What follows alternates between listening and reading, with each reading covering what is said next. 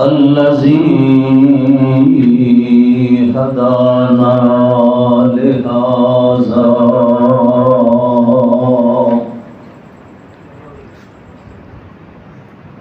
وما كنا لنهتدي لولا أن هدانا الله والصلاة والسلام على سيد الرسل وخاتم الأنبياء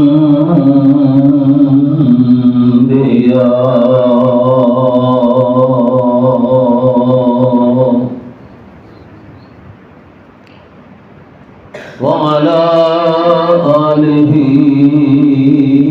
وأصحابه الأتقياء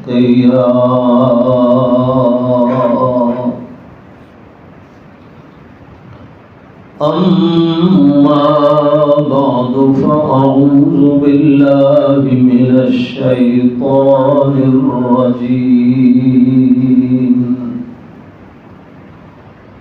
بسم الله الرحمن الرحيم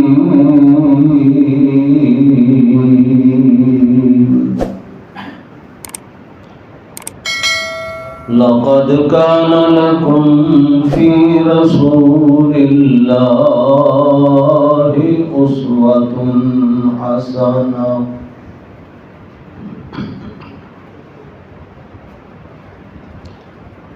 وقال النبي صلى الله عليه وسلم تركتكم على المحجة البيضاء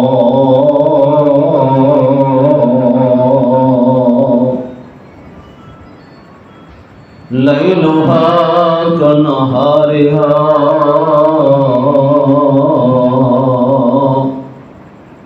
لا يزيغ عنها إلا هالك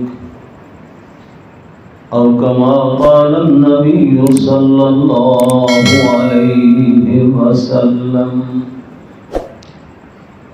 سبحان ربك رب العزة عما يصفون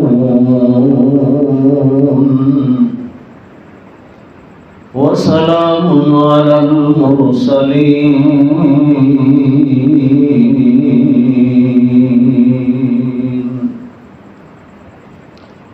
والحمد لله رب العالمين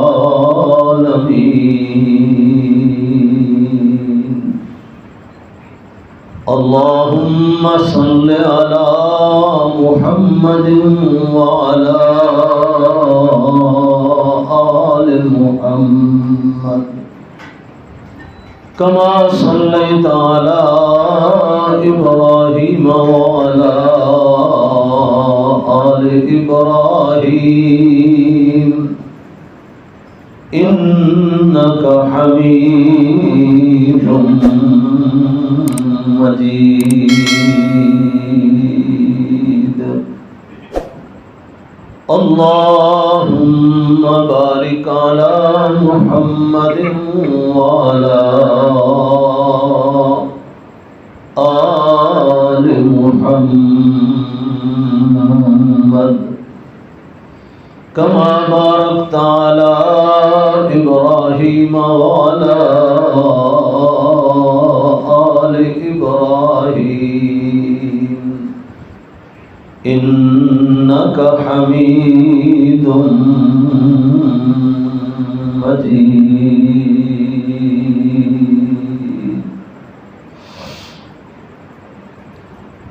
ذی قدر ذی وقار معزز بربندوں بھائیوں دوستوں عزیزوں،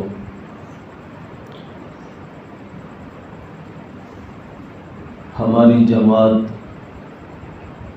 جمعیت اشاعت و توحید و سنہ ضلع حافظ آباد کا یہ ایک انتہائی انوکھا سالی پروگرام ہے جس کو کئی سال سے آپ سن رہے ہیں۔ اللہ ان کے منتظمین، معلمین، معاونین، متعلقین سب کو اپنے شایان شان اجر نصیب فرمائے، اور جس غرض اور مقصد کے لیے انہوں نے یہ کورس شروع کیا ہے، اللہ اپنی بارگاہ عالیہ میں قبول فرمائے اور ہماری زندگیاں آپ کی سیرت طیبہ کے مطابق ڈال دے۔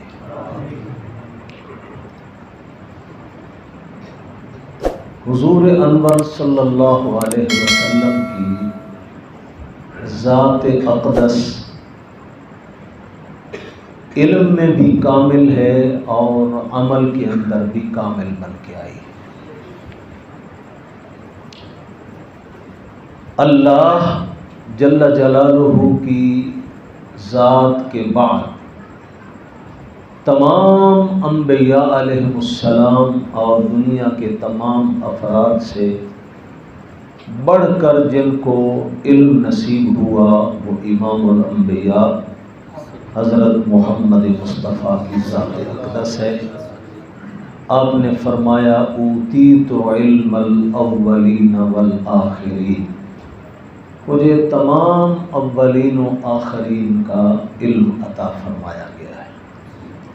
لیکن اتنا علم ملنے کے باوجود بس نہیں کی، بلکہ مزید علم کے بڑھانے کی اللہ نے خود آپ دعا سکھلائی، قل رب زدنی علما۔ میرے نبی ہر وقت یہ دعا کرتے رہا کرو، اللہ میرے علم میں اور اضافہ فرما، اللہ میرے علم کو اور بڑھا۔ تو اس سے ہمیں تمہیں ایک سبق ملتا ہے کہ کسی کو اپنے علم پر ناز کرتے ہوئے یہ نہیں کہنا چاہیے کہ اب میں نے بہت کچھ پڑھ لیا ہے، بہت کچھ سیکھ لیا ہے، اب میرے لیے یہ علم کافی ہے۔ حضرت سے بڑھ کر مخلوق میں کسی کے پاس علم نہیں تھا، لیکن اس کے باوجود خود اللہ نے ان کو یہ دعا سکھلائی، میرے نبی یہ دعا ہر وقت پڑھتے رہا کرو، رب زدنی علما۔ تو جس طرح علم میں کامل تھے، اسی طرح حضور کی شخصیت عمل کے اندر بھی کامل بنا کے بھیجی گئی۔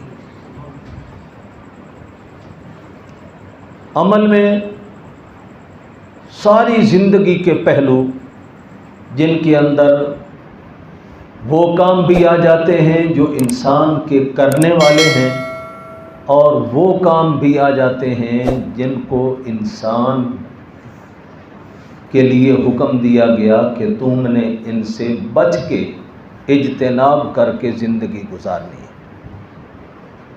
تو جو کام کرنے کے ہوتے ہیں وہ امر، اور جو کام نہیں کرنے کے ہوتے ان کو نواہی کہتے ہیں۔ اوامر اور نواہی دونوں پر حضور صلی اللہ علیہ وسلم کا عمل بدرجہ اتم موجود تھا۔ یہ ضروری نہیں کہ آپ نے صرف فرائض کو اپنے عمل میں ڈھالا، فرائض پر عمل کیا، بلکہ فرائض کے ساتھ ساتھ واجبات اور سنن اور مستحبات، ان ساری چیزوں کا اہتمام کیا۔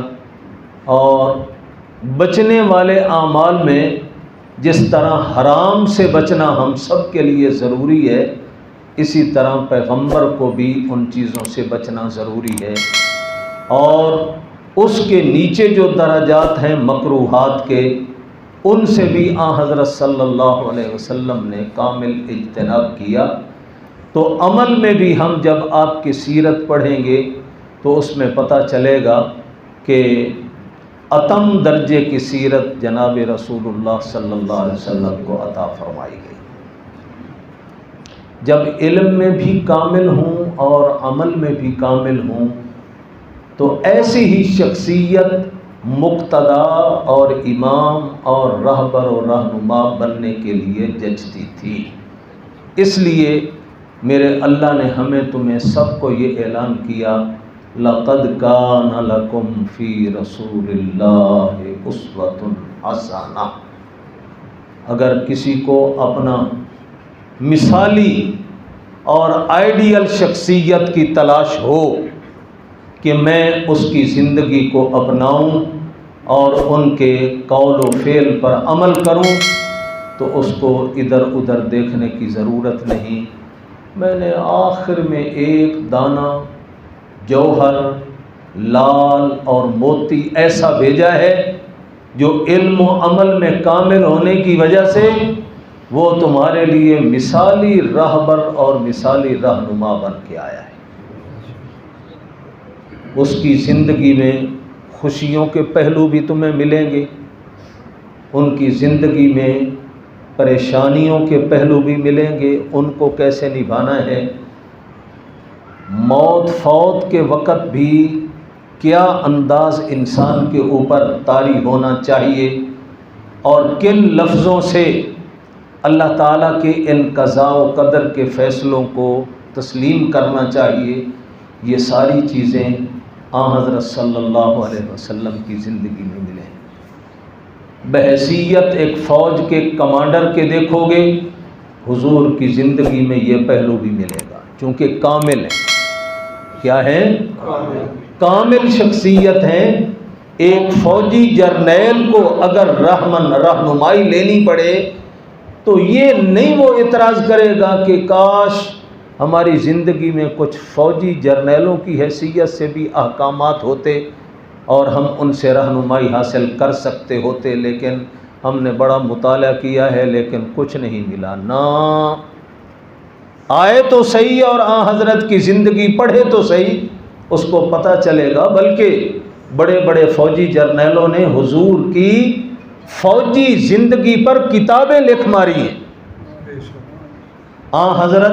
حضرت محمد مصطفیٰ بحیثیت ایک جرنیل کے، اور آج کل کی فوجی جرنیل مسلمان تو مسلمان رہے، کافر فوجی جرنیل بھی آپ کی سیرت کو پڑھ کر اس سے ہدایات حاصل کر رہے۔ ایک آدمی کو اگر یہ چاہیے کہ میں بحیثیت خامد کے اپنی بیوی کے ساتھ کیا سلوک کروں، تو حضور چونکہ ایک بشر تھے، انسان تھے اور خامد تھے، اور ایک بیوی کے نہیں 11 بیویوں کے خامد تھے۔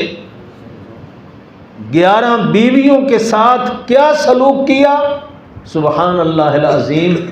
پوری زندگی میں کسی عورت کو ایک مرتبہ بھی شکایت کا موقع نہیں ملا کہ میرے ساتھ حق تلفی ہو رہی ہے، میرا حق نہیں ادا ہو رہا، مجھے نان و نفقہ پورا نہیں مل رہا۔ نہ ہر بیوی، بلکہ آپ نے فرمایا خیرکم خیرکم لأہلہ، تم میں سے بہترین انسان وہ ہے جو اپنی اہلیہ کے ساتھ اچھا سلوک رکھے۔ وَأَنَا خَيْرُكُمْ لِأَهْلِي، اور میں اپنی سب بیویوں سے اچھا سلوک رکھنے والا ہوں۔ اپنی ماؤں سے جا کر پردے کے پیچھے پوچھو کسی کو مجھ پر شکایت ہو تو۔ اللہ اکبر۔ بحیثیت خامد کے بھی اکمل کردار ادا کیا جناب رسول اللہ صلی اللہ علیہ وسلم۔ بحیثیت پڑوسی ہونے کے کیا ہدایت دی، اللہ اکبر۔ حضور کہتے ہیں ما زال یوصینی جبریل حتی ظننت انہ سیورثہ، او کما قال، جب بھی جبریل میرے پاس آیا، باقی وحی کے احکامات اور مختلف ہوتے رہتے تھے، لیکن ہر بار یہ مجھے ضرور تلقین کی کہ پڑوسی سے اچھا سلوک کرنا ہے، پڑوسی سے اچھا سلوک کرنا ہے۔ اور اس قدر حضور نے ایک موقع پر فرمایا واللہ ما آمنا، واللہ ما آمنا، واللہ ما آمنا، اللہ کی قسم وہ مومن نہیں، اللہ کی قسم وہ مومن نہیں، اللہ کی قسم وہ مومن نہیں۔ پوچھا گیا من ہوا یا رسول اللہ، کون وہ بدبخت ہے جس کے لیے آج آپ قسمیں اٹھا اٹھا کے اس کے ایمان کی نفی کر رہے ہیں؟ حضور نے فرمایا من لا یأمن جارہ بوائقہ، جس کا پڑوسی اس کی شرارتوں سے تنگ ہو، مامون نہ ہو، امن میں نہ ہو، ہر وقت اس نے کسی نہ کسی انداز میں پڑوسی کو تنگ کر رکھا ہے، اس کا کوئی ایمان نہیں۔ بحیثیت پڑوسی کے کبھی بھی کسی پڑوسی کو حضور سے کوئی شکایت نہ ہوتی۔ بحیثیت ایک باپ ہونے کے اپنی اولاد سے کیا سلوک، کیسا رویہ رکھنا چاہیے، حضور نے ہمیں یہ بھی بتلا دیا، اپنی ہدایات کے اندر یہ بھی بتلایا۔ بحیثیت ایک داماد ہونے کے اپنے سسرال کے ساتھ کیا سلوک کرنا چاہیے، حضور کے سسرال بھی تھے اور حضور صلی اللہ علیہ وسلم نے یہ پہلو بھی اجاگر کیا۔ بحیثیت سسر ہونے کے اپنے دامادوں کے ساتھ کیا سلوک کرنا چاہیے، حضور کی بیٹیاں بھی تھیں، 4 بیٹیاں، اور 4 بیٹیوں کی شادی بھی کی، تو بحیثیت داماد کے آپ نے ساری ہدایات امت کے سامنے پیش کی۔ معمولی معمولی بات کو بچیوں کے گھر میں نہیں بٹھانا، ناراضگی پیدا کر کے بچیوں کو اپنے گھر میں نہیں بٹھانا، اپنے پاس ان کو خاوند کے گھر میں بھیجنا ہے، وہیں پر ان کی زندگی گزرے۔ اگر کوئی غلط فہمی ہوئی ہے فوراً اصلاح کر دی جائے۔ ایک دفعہ حضور فاطمہ کے گھر میں گئے تو دوپہر کا وقت تھا، قیلولے کا، تو فاطمہ بیٹی سے پوچھا این ابن امک، تیرا چچا زاد بھائی مراد خامد علی کدھر گیا، علی کدھر گیا؟ کہنے لگی غاضب فذهب، ناراض ہو کر باہر نکل گیا۔ حضور صلی اللہ علیہ وسلم نے ایک صحابی کو بھیجا، جاؤ علی کو دیکھ کے آؤ کدھر ہے۔ وہ ادھر ادھر دیکھتے رہے، مسجد نبوی میں گئے تو مسجد نبوی میں لیٹے ہوئے تھے۔ فرمایا یا رسول اللہ وہ مسجد نبوی میں لیٹے ہوئے ہیں۔ حضور خود چلے گئے۔ مسجد نبوی کی حالت یہ تھی، نہ قالین نہ چٹائی، ننگی مٹی کے اوپر نماز ہوتی تھی۔ ننگی حالت میں جا کر حضرت علی لیٹ گئے اور سو گئے، اور وہ مٹی آپ کی ران اور پنڈلیوں کے اوپر تھی۔ حضور خود وہ مٹی جھاڑ رہے ہیں اور کہتے ہیں قم یا ابا تراب، قم یا ابا تراب۔ اس مٹی لگنے کی وجہ سے حضور نے ان کی کنیت اس دن رکھی یا ابا تراب، اے مٹی والے، اے مٹی والے علی، قم یا ابا تراب، اٹھو۔ حضرت علی اٹھے، فرمایا گھر چلو، گھر چلو۔ گھر میں لے گئے اور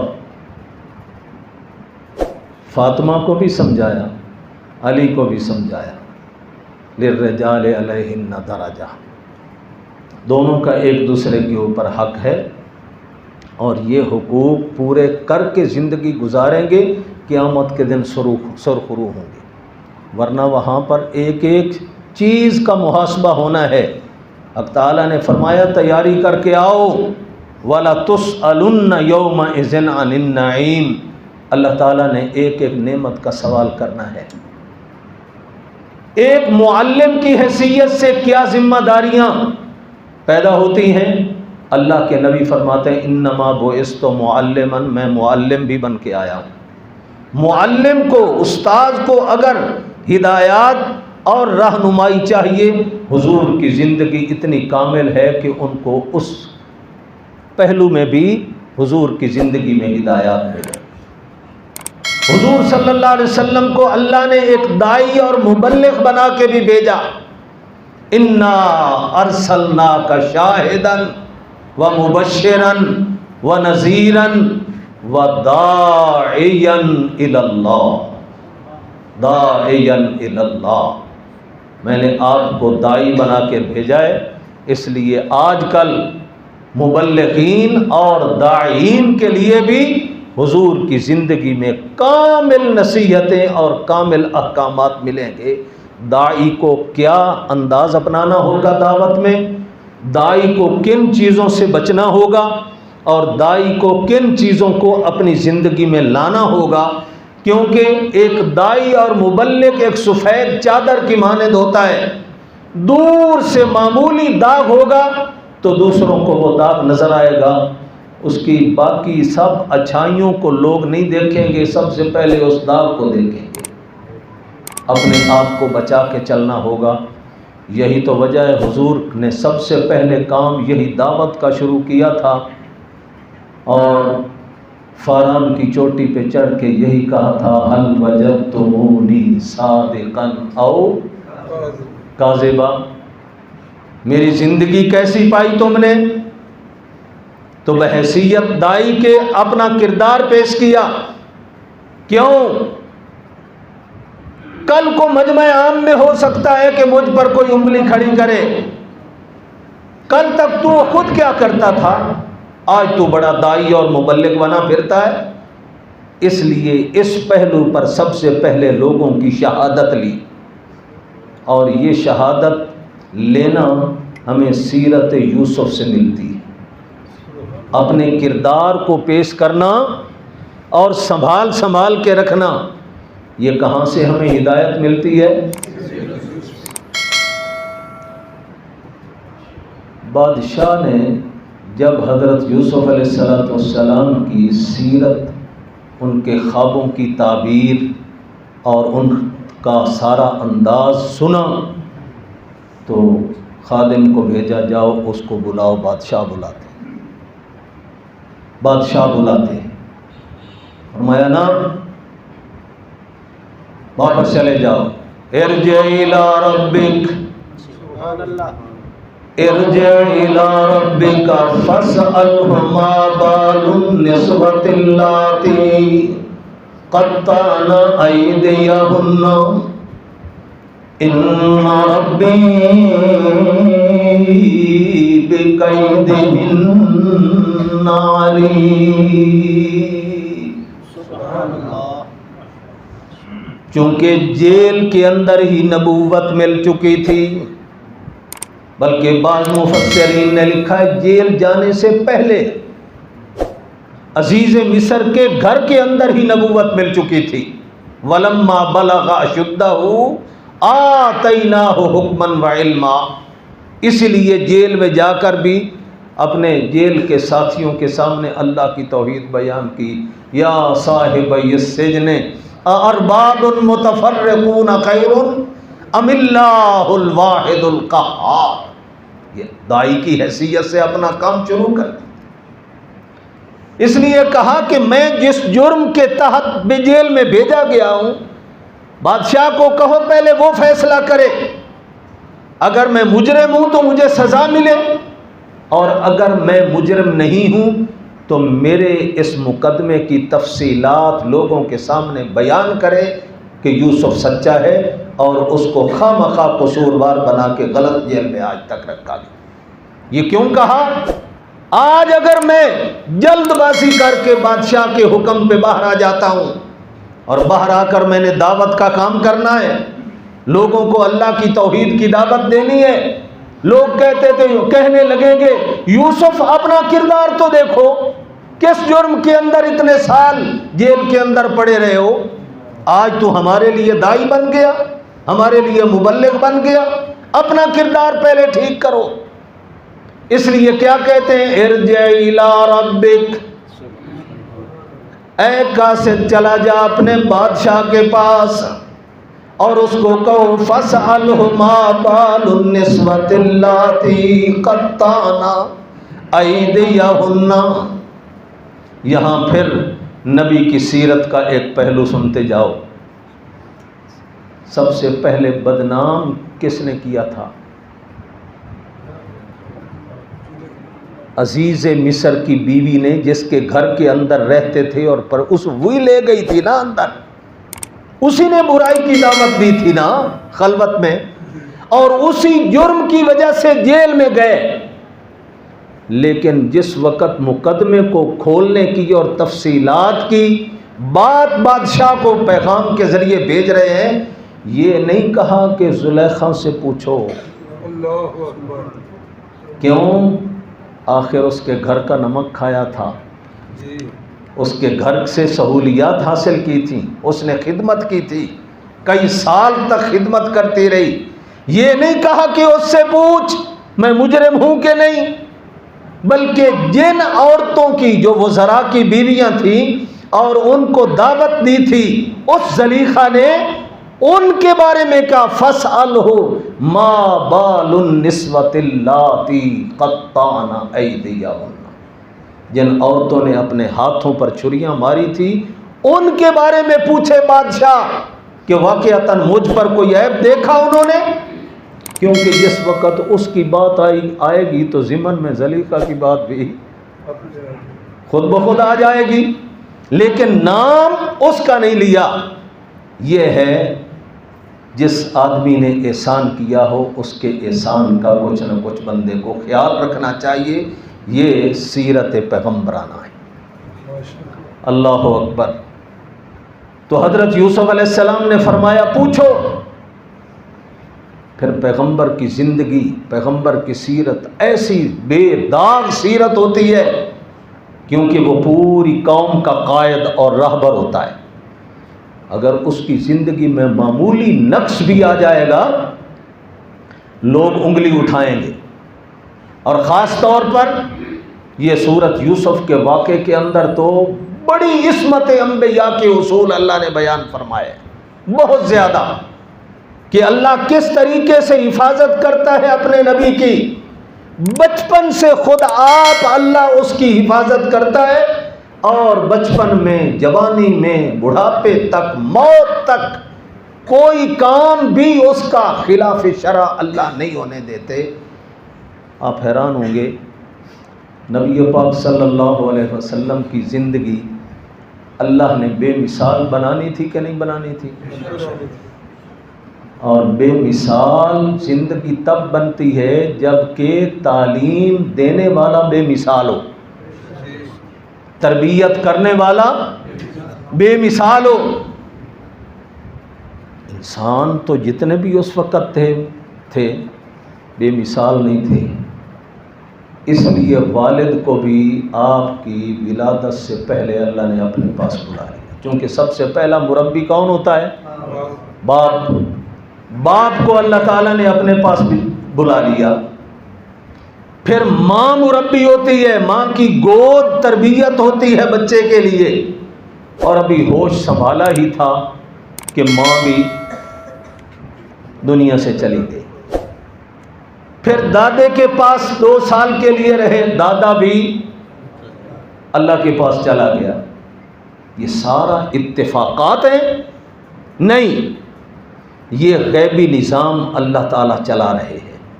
جنہوں نے تربیت کرنی تھی وہ خود کامل تربیت کے مالک نہیں تھے۔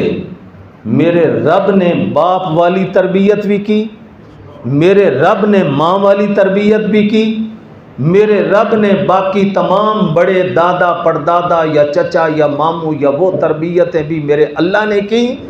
اور رب کی تربیت کے بعد ایک ایسی شخصیت سامنے آتی ہے کہ بے دھڑک ہو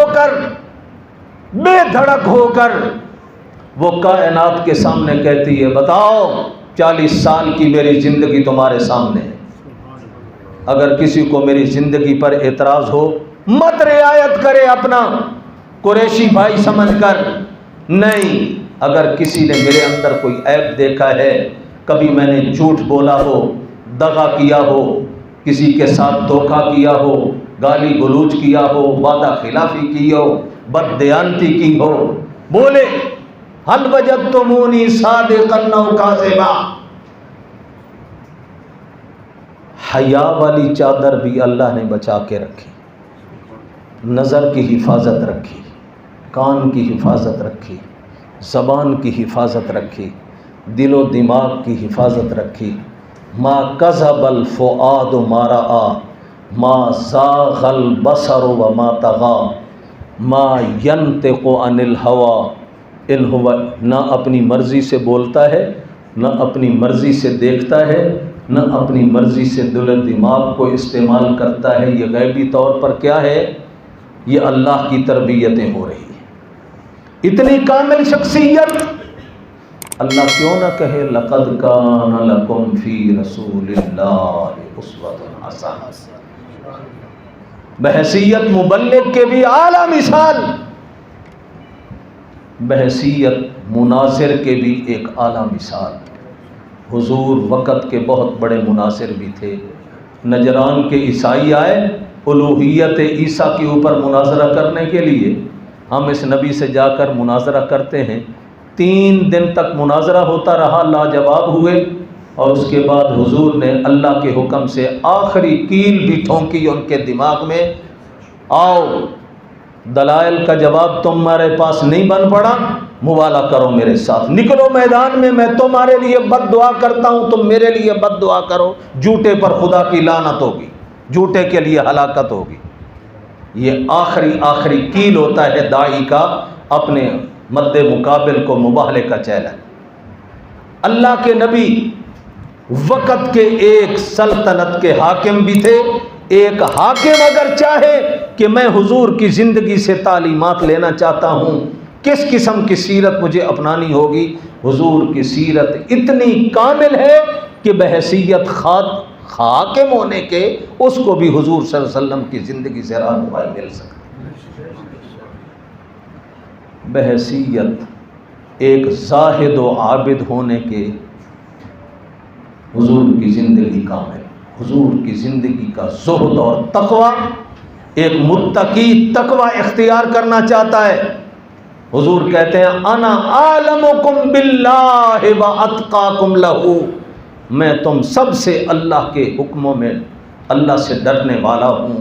اگر کوئی تقوی کی زندگی اپنانا چاہے تو وہ میری زندگی سے ہدایات لے۔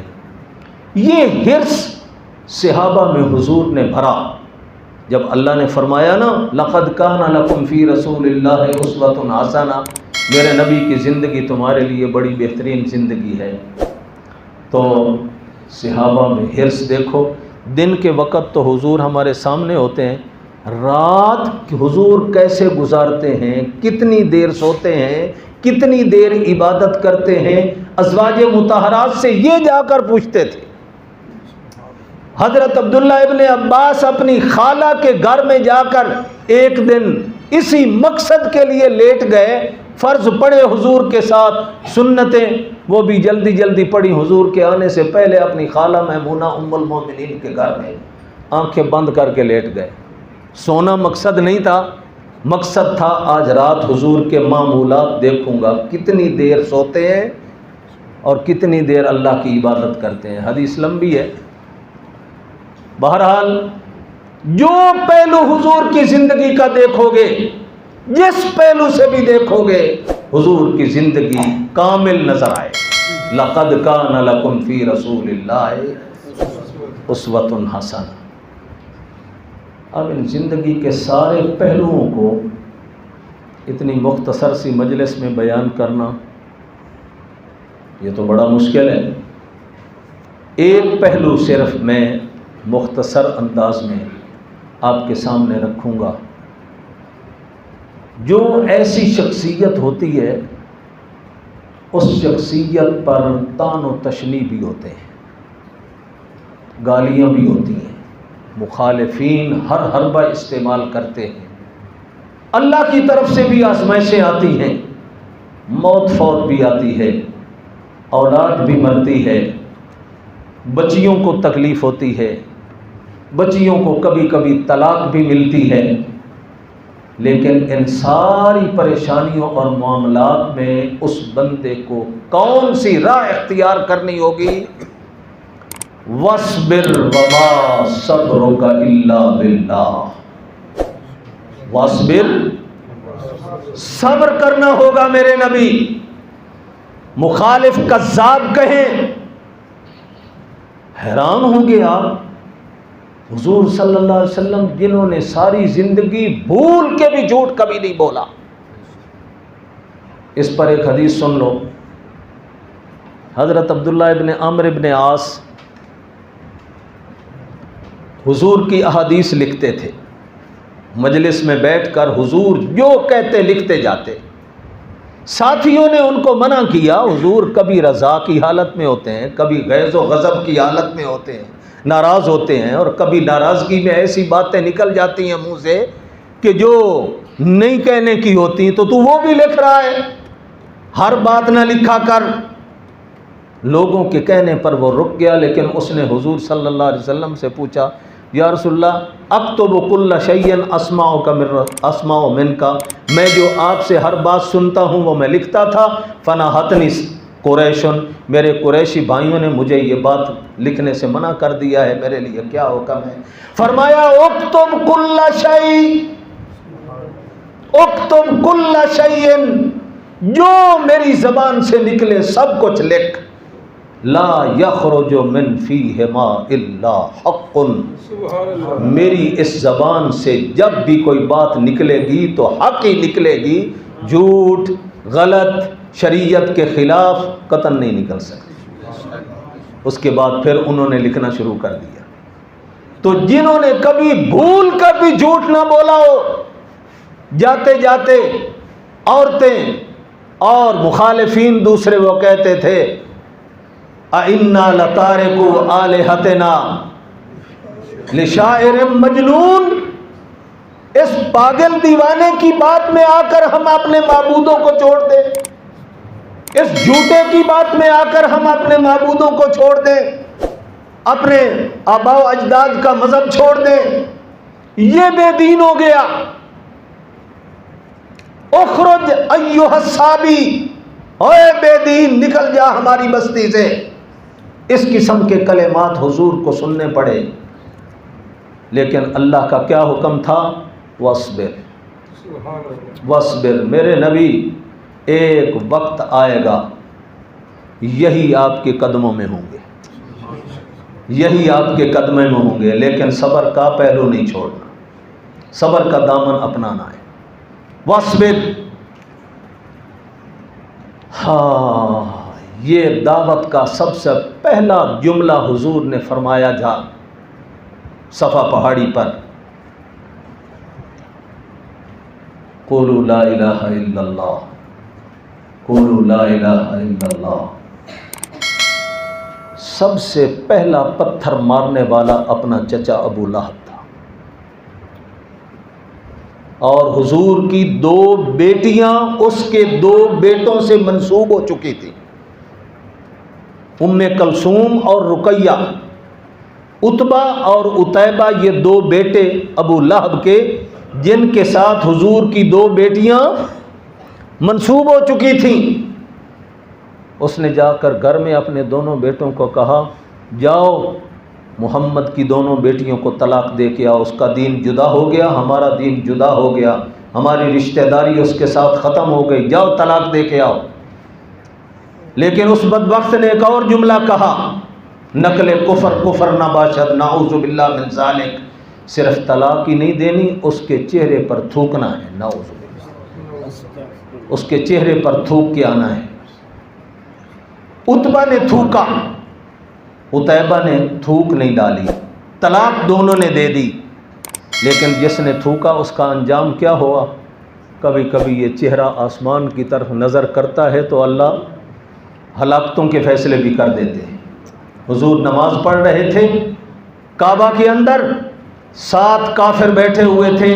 کسی نے کہا ایکم یاتی بصلا جزور فلان، فلاں محلے کے اندر ایک اونٹ کل ذبح ہوا اور اس کی اوجڑی پڑی ہوئی ہے، کون ہے جو وہ اوجڑی لائے اور حضور جب سجدے میں جائیں تو ان کے سر کے اوپر ڈال دے. ہاں، عقبہ بن ابی معیط اشقل قوم، بدبخت پوری قوم کا، وہ اٹھا کہنے لگا یہ کام میں کرتا ہوں. اونٹ کی اوجڑی کتنی بھاری ہوتی ہے، نجاست سے بھری ہوئی، لایا اور حضور جب سجدے میں گئے تو اوپر رکھ دی. حضرت عبداللہ ابن مسعود کہتے ہیں میں غریب آدمی تھا، قریش سے ٹکر نہیں لے سکتا تھا، میں تو کچھ نہ کر سکا، میں بھاگا، فاطمہ کو جا کر بتایا. تیرے ابا پر یہ ظلم ہوا ہے جلدی آ، چونکہ عورت کا احترام ہر معاشرے میں ہوتا ہے۔ حضرت فاطمہ آئیں، ان کو لان تان بھی کیا اور بڑی مشکل سے اجری بھی ایک طرف کی۔ اللہ کے نبی اٹھ کر کہنے لگے اللہم علیک بقریش، اللہم علیک بابی جہل، اللہم علیک بعتبہ، اللہم علیک بعقبہ، اللہم علیک بشیبہ۔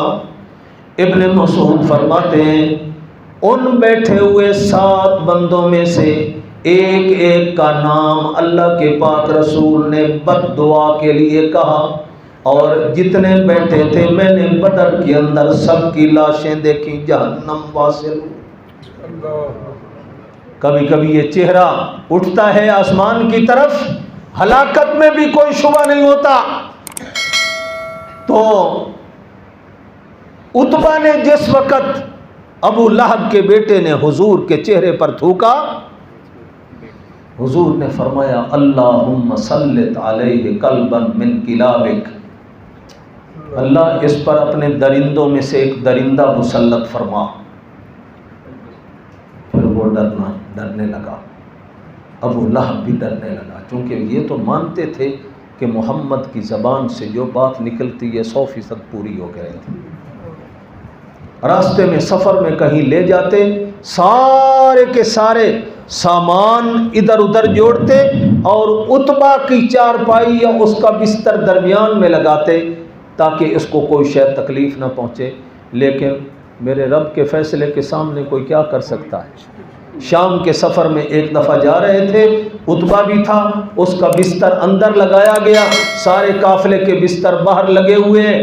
جنگل کا ایک شیر آتا ہے درندہ، اور وہ چھلانگ لگا کے سیدھا اندر پہنچا اور اس عتبہ کو چیر پھاڑ کے اس کو لیرو لیر کر کے رکھ دیا۔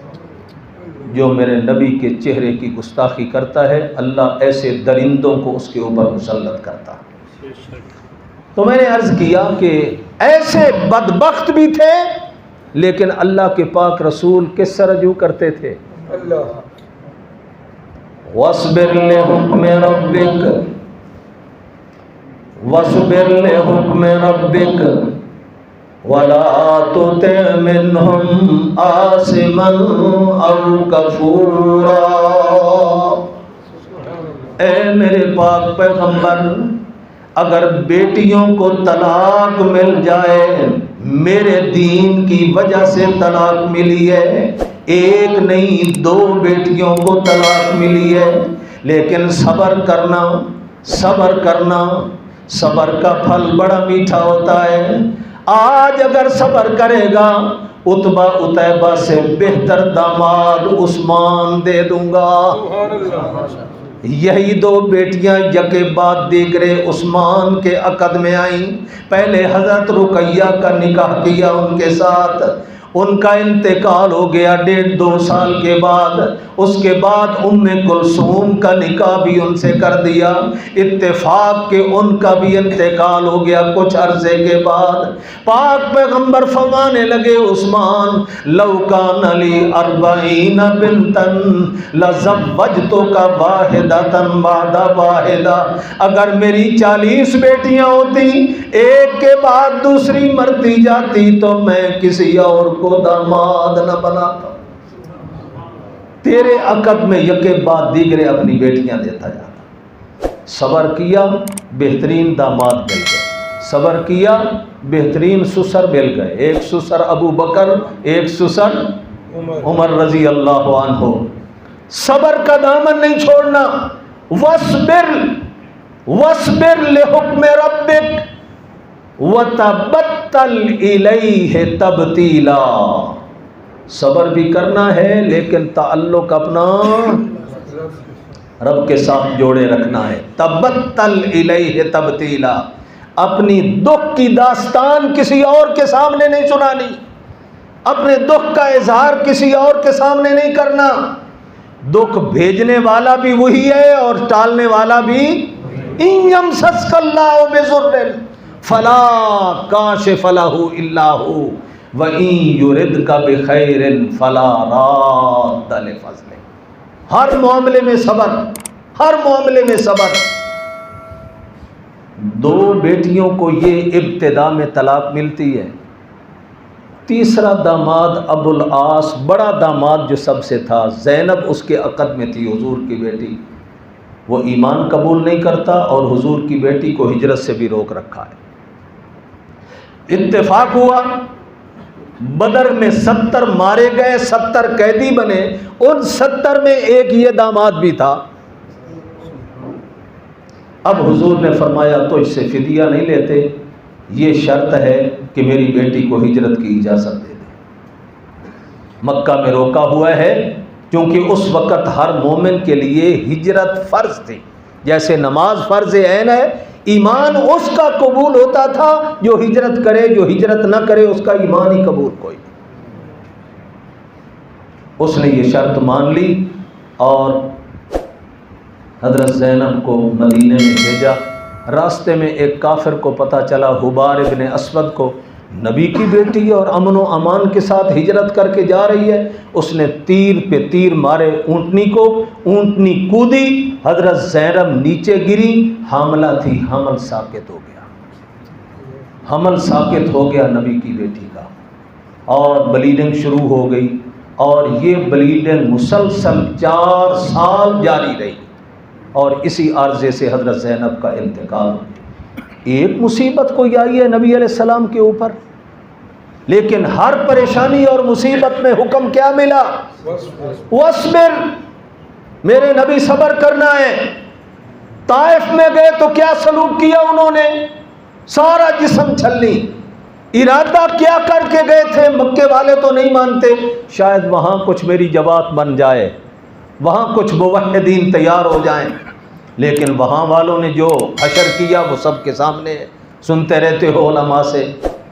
اور ایک جگہ پہ آ کے بیٹھے ہیں، تبتل الیہ تبتیلا کے اوپر عمل کرتے ہوئے کہتے ہیں اللہم الیک اشکو ضعف قوتی وقلت حیلتی وہوانی علی الناس، اللہم الیک اشکو ضعف قوتی، اللہ تیرے سامنے میں اپنی شکوے شکایتیں پیش کر رہا ہوں، ضعف قوتی، میری طاقت بھی کمزور ہے، قلت حیلتی، میرے پاس وسائل بھی کوئی نہیں، وہوانی علی الناس، اور میری جماعت بھی کوئی نہیں زیادہ، لوگوں کے اوپر میرا رعب دبدبہ بھی کوئی نہیں۔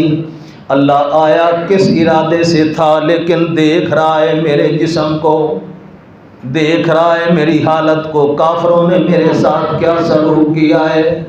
یا رب المستضعفین، او کمزوروں کے ربا، کیا عجیب انداز تھا۔ یا رب المستضعفین ان لم تسخط علی فلا ابالی، اگر تو مجھ پر ناراض نہیں ہے تو میرے جسم سے اگرچہ خون کے فوارے نکل رہے ہیں لیکن مجھے کوئی پرواہ نہیں، تو راضی رہے، تو راضی رہے۔ الی من تکلنی، کس کے سپرد میرے اللہ تو مجھے کرے گا؟ کسی کے سپرد نہ کرنا، میری باغ ڈور اپنے ہاتھ میں رکھنا۔ یہ دکھ بھرے الفاظ پہنچتے ہیں عرش الہی پر، ایک فرشتہ اترتا ہے ملک الجبال، جبریل آتا ہے اور کہتا ہے ھذا ملک الجبال لم ينزل الا اليوم، آج سے پہلے یہ کبھی اترا ہی نہیں، آج آپ کی پریشانی کو دیکھ کر میرے رب نے اس ملک الجبال کو اتارا ہے اور اس کو حکم دیا ہے کہ میرا نبی جو تجھے کہے اس کی تعمیل کرنی، اس کی بات ماننی ہے۔ ملک الجبال کہتا ہے جی خادم حاضر ہے، اللہ کا حکم ہے، نبی جو کہیں بس تو نے اس کو فوری طور پر پورا کرنا ہے، آپ حکم فرمائیں۔ لیکن صبر دا کمال دیکھو، اللہ دے نبی نو اپنے دکھ بھول گئے کہنے لگے اللہم اہد قومی فإنہم لا یعلمون، اللہ میری قوم کو ہدایت دے دے، میں ان سے کوئی انتقام نہیں لیتا، یہ طائف والوں کو کیا کر ہدایت دے دے۔ نبوت کے 11ویں سال کی بات ہے یہ، ہجرت سے 2 سال پہلے، ہجرت سے توجہ کرنا، ایک نقطے کی بات بتلانے لگا ہوں۔ ہجرت سے 2 سال پہلے طائف میں گئے تھے، ہجرت کے 8 سال کے بعد طائف فتح ہوا، مکہ فتح ہوا، پھر حنین فتح ہوا، پھر طائف فتح ہوا، اور طائف والے مسلمان ہو کے حضور کے پاس توبہ طائب ہو کے پہنچ گئے۔ دعا کب کی تھی؟ ہجرت سے 2 سال پہلے۔ طائف والے مسلمان ہوئے ہجرت کے 8 سال بعد، کل کتنا عرصہ؟ 10 سال پہلے اللہ کے نبی ان کی ہدایت کی دعا مانگتے ہیں، اور قبولیت ہو رہی ہے 10 سال کے بعد۔ لقد کان لکم فی رسول اللہ اسوۃ حسنہ، اللہ ہمیں تمہیں سمجھاتے ہیں، اور کبھی کوئی دعا مانگو تے او دا اثر سامنے نہ ویکھو، اللہ نال ناراض نہ ہو گئے کرو۔ اسی اتنیاں دعاواں منگیاں، اتنے سجدے کیتے، اتنیاں تلاوتاں کیتیاں، رو رو کے اللہ سے مانگا، کمال ہے، ہماری دعا ہی قبول نہیں ہوتی۔ چھوڑو دعاؤں میں کیا پڑا ہے، آج کے بعد دعا مانگنی نہیں ہے، نبی سے بڑھ کر تو دعا مانگنے والا بن گیا۔ نبی کی دعا 8 سال کے بعد قبول ہو رہی ہے، 10 سال کے بعد، لیکن ہماری تمہاری دعا ممکن ہے 10 سال تک بھی قبول نہ ہو۔ اللہ کے پاک رسول نے فرمایا دعا کی قبولیت کے 3 طریقے ہوتے ہیں۔ کبھی کبھی تو جو بندہ مانگتا ہے وہی اللہ دے دیتا ہے، کیونکہ ہم ناقص ہیں، ہمارا علم ناقص ہے، جو چیز مانگی ہے پتہ نہیں ہمارے لیے اچھی بہتر ہے یا نہیں ہے۔ اگر بہتر ہوتی ہے دنیا آخرت کے اعتبار سے، میرا رب وہی چیز دے دیتا ہے، کیونکہ وہ عالم الغیب ہے، اس کو ہمارے جملہ احوال کا پتہ ہے، لہٰذا اگر ہمارے حق میں بہتر ہوتی ہے تو اللہ وہ چیز دے دیتا ہے، اگر بہتر نہیں ہوتی، حضور فرماتے ہیں دوسرا طریقہ قبولیت دعا کا یہ ہے کہ بندے پر کوئی آفت، بیماری، امتحان، پریشانی آ رہی ہوتی ہے، اس دعا کی وجہ سے اللہ اس پریشانی اور امتحان کو ٹال دیتے ہیں۔ ہم سمجھتے ہیں وہ دعا قبول کوئی نہیں ہوئی، اللہ دے بندیا قبول ہوئی ہے، لیکن جو مانگی تھی چیز وہ نہیں ملی، ممکن ہے کوئی امتحان ٹل گیا ہو، آنے والی آفت اور مصیبت ٹل گئی ہو، اور کبھی کبھی یہ بھی نہیں ہوتا، اللہ اس بندے کی آخرت کی ضروریات سامنے رکھ کر اس دعا کو آخرت کے لیے ذخیرہ بنا دیتے۔ قیامت کے دن بندہ آئے گا، کئی نیکیاں دیکھے گا جو اعمال نامے میں پڑی ہیں، کی کوئی نہیں تھی، کئی گناہ ہیں جو کیے تھے لیکن اعمال نامے میں کوئی نہیں ہے۔ بندہ حیران ہو کر پوچھے گا، اللہ تعالیٰ کہیں گے یاد کر کچھ دعاواں کیتیاں سی دنیا دے وچ تو، کچھ تیریاں دعاواں تے دنیا دے وچ میں قبول کر کے بدلہ دے دیتا سی، تو کچھ تیریاں ضرورتاں دا خیال کر کے آج قیامت تک کے لیے میں نے اس کو ذخیرہ بنا کے رکھا ہے۔ یہ اس دعاؤں کا نتیجہ ہے جو نیکیاں نظر آ رہی ہیں اعمال نامے میں، اور گناہ نہیں نظر آ رہے ہیں۔ تو ہر دعا انسان کی قبول ہوتی ہے، یاد رکھنا پاک پیغمبر کا فرمان ہے، ما لم یدعو باسم او قطع رحم، جب تک گناہ کی دعا نہ مانگے یا قطع رحمی یعنی رشتہ داروں سے توڑ کی دعا نہ مانگے، ہر دعا نیکی کی قبول ہوتی ہے، لیکن قبولیت کے طریقے یہ 3 ہوتے ہیں۔ اس لیے کبھی مانگی ہوئی چیز نہ ملے تو اللہ کے اوپر بد ظنی نہیں کرنی چاہیے۔ اللہ کا فرمان ہے انا عند ظن عبدی بی، میرا بندہ جس قسم کا مجھ پر گمان کرتا ہے میں ویسا ہی سلوک کرتا ہوں۔ اچھا گمان کرے گا اچھا سلوک کروں گا، اور اگر وہ غلط گمان کرے گا تو میں بھی پھر اس کے ساتھ ویسا ہی سلوک کروں گا۔ کیا کرنا ہے بھائی؟ صبر۔ کیا کرنا ہے؟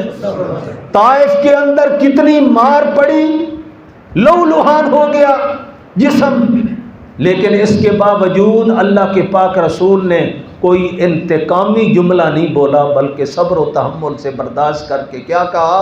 اللہم اہد قومی فإنہم لا یعلمون۔ اللہ اکبر۔ نرینہ اولاد 2 بیٹے مکی زندگی میں حضرت خدیجہ سے پیدا ہوئے تھے، دونوں انتقال کر گئے، ایک عبداللہ ایک قاسم۔ عبداللہ کو طیب کہہ دیتے تھے لقب میں پیار سے، اور قاسم کو طاہر پیار سے، لاڈلا نام، پیار والا نام کہہ رہتے تھے۔ یہ بھی یاد رکھنا کہ یہ 2 مستقل بیٹے نہیں ہیں، طیب اور طاہر۔ اصل نام عبداللہ اور قاسم تھا، ایک کو طیب کہہ لیتے تھے، ایک کو پیار سے طاہر کہہ لیتے تھے۔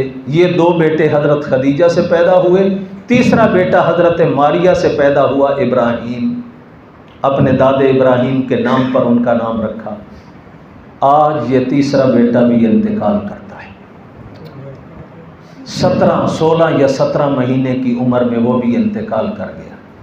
اللہ کے پاک رسول اس کو جھولی میں اٹھا کے بیٹھے ہیں اور آنکھوں سے زارو قطار آنسو گر رہے ہیں، زارو قطار آنسو گر رہے ہیں۔ اب عبد الرحمن بن عوف کہتے ہیں انت یا رسول اللہ، آپ تو ہمیں صبر کی تلقین کرتے ہو، آج آپ کا صبر بھی ٹوٹ گیا، آج آپ کی آنکھوں سے آنسو جاری ہے۔ نبی پاک صلی اللہ علیہ وسلم فرماتے ہیں ان العین تدمع والقلب یحزن، ان العین تدمع والقلب یحزن، آنکھ آنسو تو بہا سکتی ہے، دل بھی بڑا پریشان ہے، دکھی ہے، بیٹا جدا ہو رہا ہے۔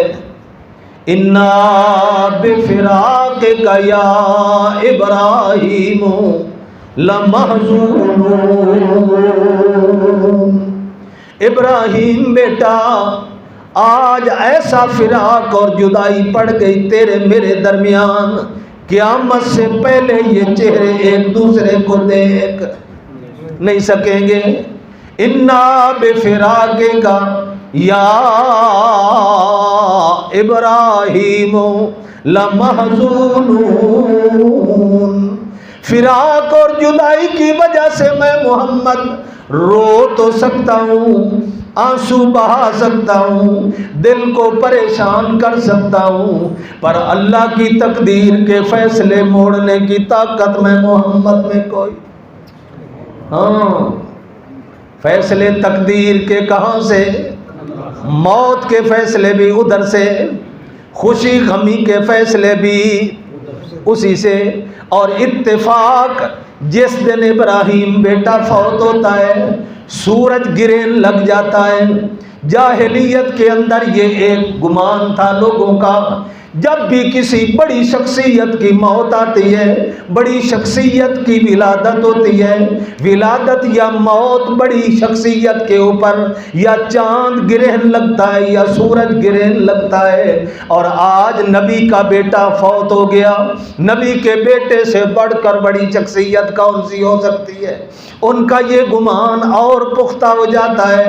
اللہ کے پاک پیغمبر سورج گرہن کے لیے لوگوں کو جمع کرتے ہیں، الصلاۃ جامعۃ، الصلاۃ جامعۃ، الصلاۃ جامعۃ۔ چاشت کے وقت میں ایک آدمی کو گلیوں کے اندر پھرا کے یہ آواز لگائی، آؤ بھائی صلاۃ کسوف پڑھنی ہے، سورج گرہن کی نماز پڑھنی ہے۔ بڑی لمبی نماز پڑھی اللہ کے پاک رسول نے، اور نماز سے فارغ ہونے کے بعد خطبہ دیا اور فرمانے لگے یاد رکھو بھائی، ان القمر، ان الشمس والقمر آیتان من آیات اللہ لا ینکسفان لموت احد ولا لحیاتہ۔ یہ سورج چاند گرہن لگنے کا تعلق کسی بندے کی موت حیات کے ساتھ کوئی نہیں ہوتا، یہ تو اللہ کی قدرتیں ہیں۔ اللہ لوگوں کو دکھانا چاہتے ہیں، اے لوگوں جس طرح آج چمکتے سورج کو میں نے بے نور کر دیا ہے، چمکتے چاند کو میں نے بے نور کر دیا ہے، اسی طریقہ سے قیامت کا دن آئے گا، سورج اذا الشمس کورت وَإِذَا النُّجُومُ انْكَدَرَتْ وَإِذَا الْجِبَالُ سُيِّرَتْ وَإِذَا الْعِشَارُ عُطِّلَتْ، یہ سارے حالات پیدا ہو جائیں گے، یہ سارا نظام درہم برہم اللہ کر دیں گے۔ یہ قدرت کی نشانیاں ہیں، نہ کسی موت سے اس کا تعلق، نہ کسی کی ولادت اور زندگی سے اس کا تعلق ہے۔ میں بھی اپنے رب کی قدرت اور فیصلے مان چکا ہوں۔ اپنے بیٹے کی گئی ہوئی روح کو واپس لوٹا کر زندہ کرنا میرا کام، میری قدرت۔ موت کے فیصلے بھی کہاں سے ہوتے ہیں، زندگی کے فیصلے بھی کہاں سے ہوتے ہیں، بیماریوں کے فیصلے بھی کہاں سے ہوتے ہیں، بھوک اور پیاس کے فیصلے بھی، اللہ اکبر، عزت اور ذلت کے فیصلے بھی وہاں سے ہوتے ہیں۔ ہاں، لیکن جو پریشانی بھی آئے کسی صورت میں، اس کے اندر کیا کرنا ہے؟ صبر کرنا ہے، صبر کرنا ہے، صبر کرنا ہے۔ اور حضور سے یہی صبر کی تلقین سنتے سنتے سنتے ایک پریشانی حضرت عائشہ کے اوپر آ گئی۔ عائشہ کے اوپر پریشانی آئی، تہمت لگی، 1 مہینے سے زیادہ عرصہ گزر گیا۔ حضور کبھی عمر سے پوچھتے ہیں تیرا کیا خیال ہوگا، عائشہ نے یہ کام کیا ہوگا؟ سعد بن معاذ سے پوچھتے ہیں تیرا کیا خیال ہے، عائشہ کو یہ غلطی ہوئی ہے؟ علی سے پوچھا علی تیرا کیا خیال ہے، یہ غلطی کر لی ہوگی عائشہ نے؟ بریرہ سے پوچھتے ہیں جو باندھی تھی، کبھی عثمان سے پوچھتے ہیں۔ ہاں ایک دن ایسا آیا، اللہ کے نبی عائشہ کے پاس بیٹھ گئے اور کہنے لگے عائشہ کوئی گل نہیں، غلطیاں بندیاں کو ہوندیاں رہندیاں نے، غلطیاں بندیاں کو ہوندیاں رہندیاں نے۔ بخاری کے الفاظ ہیں ان الممت بذنب ان الممت بذنب فاستغفر اللہ، عائشہ اگر تجھ سے غلطی ہو گئی ہے تو کوئی بات نہیں، بندوں سے غلطیاں ہو جایا کرتی ہیں، توبہ کا دروازہ کھلا ہے، معافی مانگ لے، معافی مانگ لے۔ وَإِن كُنتَ بَرِيئَةً، اور اگر تجھے یقین ہے واقعتاً تو نے یہ گناہ نہیں کیا، تو اس سے پاک ہے، پھر گھبرانے کی ضرورت نہیں۔ فَسَيُبَرِّئُكِ اللَّهُ، پھر اللہ تعالیٰ تیری برات اور پاکیزگی کا اعلان کرے گا۔ حضرت عائشہ کہتی ہیں اتنے عرصے میں میرے آنسو نہیں تھمے تھے آج تک، لیکن حضور کی یہ بات سن کر اتفاق اچانک ایسا ہوا کہ میری آنکھوں سے آنسو ختم ہو گئے اور میں اٹھ کر بیٹھ گئی۔ 1 مہینے سے زیادہ اثر بخار، کب کبھی والا بخار، اس پریشانی میں، لیکن حضور نے جب یہ بات کہی تو میری پریشانی دور ہو گئی اور میں اٹھ کر بیٹھ گئی۔ میں نے کہا یا رسول اللہ، توجہ کرنا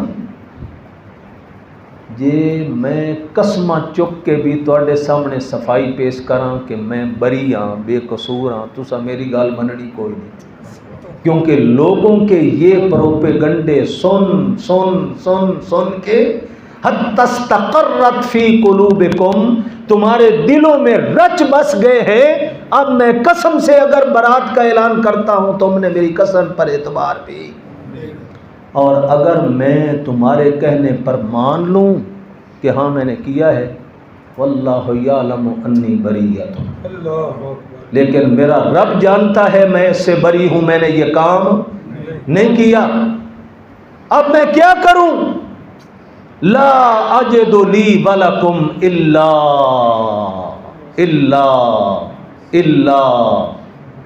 اسم یعقوب۔ میں قرآن پاک میں بڑی نظر میں نے پھیری اور میری نظر ایک واقعے کے اوپر پڑی، وہ واقعہ سیدنا یعقوب علیہ السلام کا، جن کا پہلے ایک بیٹا گم ہوا، پریشانی آئی، اس وقت بھی کیا کہا؟ صبر جمیل، صبر جمیل واللہ المستعان علی ما تصفون۔ پھر دوسرا بیٹا بنیامین وہ جدا ہوا، آج پھر وہی جملے دہراتے ہیں، صبر جمیل صبر جمیل عسى اللہ ان یأتینی بہم جمیعا انہ هو العلیم الحکیم۔ تو جیسے حضرت یعقوب نے پریشانی میں صبر کیا، میں عائشہ بھی پریشانی میں صبر کرتی ہوں، اللہ میری بھی کوئی نہ کوئی راہ نکالے گا۔ بس میں نے یہ بات کہی اور لیٹ گئی۔ تھوڑی دیر کے بعد میں نے دیکھا حضور صلی اللہ علیہ وسلم پر وحی کے آثار شروع ہوتے تھے، حضور اپنے سر اور چہرے پر یوں کپڑا ڈال لیتے تھے، تو حضور نے اپنے سر پہ کپڑا ڈالا، میں سمجھ گئی کہ وحی شروع ہو گئی ہے۔ تھوڑی دیر کے بعد حضور نے کپڑا ہٹایا، مسکرانے لگے، ابشری یا عائشہ طوبی لک یا عائشہ، عائشہ بشارت ہو، عائشہ مبارک ہو، عرش والے نے تیری صفائی بیان کر دی۔ حضرت عائشہ فرماتے ہیں اللہ کی قسم یہ تو مجھے پتا تھا کہ چونکہ میں بے قصور ہوں، میں بری ہوں، میرا رب اپنے نبی کو ضرور اس برات کا حکم بتلائے گا، کسی نہ کسی طریقے سے بتلا دے گا، لیکن یہ تو میرے وہم و گمان میں بھی نہیں تھا کہ میرے حق میں قرآن اترے گا، میرے حق میں قرآن کی آیتیں اتریں گی جو یتلا قیامت تک پڑھی جائیں گی، ہر مومن کی زبان پر جن کی تلاوت ہوتی رہے گی، سبحانک ھذا بہتان عظیم۔ میرے ذہن کے اندر یہ تھا کہ میرا رب خواب کے اندر اپنے نبی کو بتلا دے گا، خواب یا اندر ہی اندر وحی خفی کے ذریعے کوئی نہ کوئی اطلاع بھیج دے گا، نبی کو یقین آ جائے گا کہ عائشہ کا قصور نہیں ہے۔ لیکن یہ بات تو میرے خانہ ذہن کے اندر آتی کبھی سوچ کے درجے میں بھی نہیں آئی تھی کہ میرے حق میں قرآن اترے گا۔ سبحان اللہ العظیم، الخبیثات للخبیثین والخبیثون للخبیثات والطیبات للطیبین والطیبون للطیبات اولئک لہم مغفرۃ ورزق کریم۔ جو بندہ بھی صبر کرتا ہے اللہ اس کے صبر کو کبھی ضائع نہیں کرتا۔ تھکتا نہیں گئے، تھک کے بیٹھے ہو؟ آخر دعوانا الحمدللہ رب العالمین، اللہم صلی علی محمد صحبہ ربنا ظلمنا انفسنا ان لم تغفر لنا وترحمنا لنكونن من الخاسرين ربنا لا تزغ قلوبنا بعد إذ هديتنا وهب لنا من لدنك رحمة اللهم اغفر لآبائنا ولأمهاتنا ولمشايخنا ولجميع المؤمنين والمؤمنات والمسلمين والمسلمات الأحياء منهم والأموات اللهم اغفر لنا قبل الموت وارحمنا عند الموت ولا تعذبنا بعد الموت ولا تحاسبنا يوم القيامة ولا تحاسبنا يوم القيامة ولا تحاسبنا يوم القيامة اللهم إنا نسألك من خير ما سألك منه نبيك محمد صلى الله عليه وسلم ونعوذ بك من شر ما استعاذ منه نبيك محمد صلى الله عليه وسلم أنت المستعان وعليك البلاغ ولا حول ولا قوة إلا بالله ربنا تقبل منا إنك أنت السميع العليم وتب علينا إنك أنت التواب الرحيم وصلى الله تعالى على خير خلقه محمد وعلى آله وصحبه أجمعين.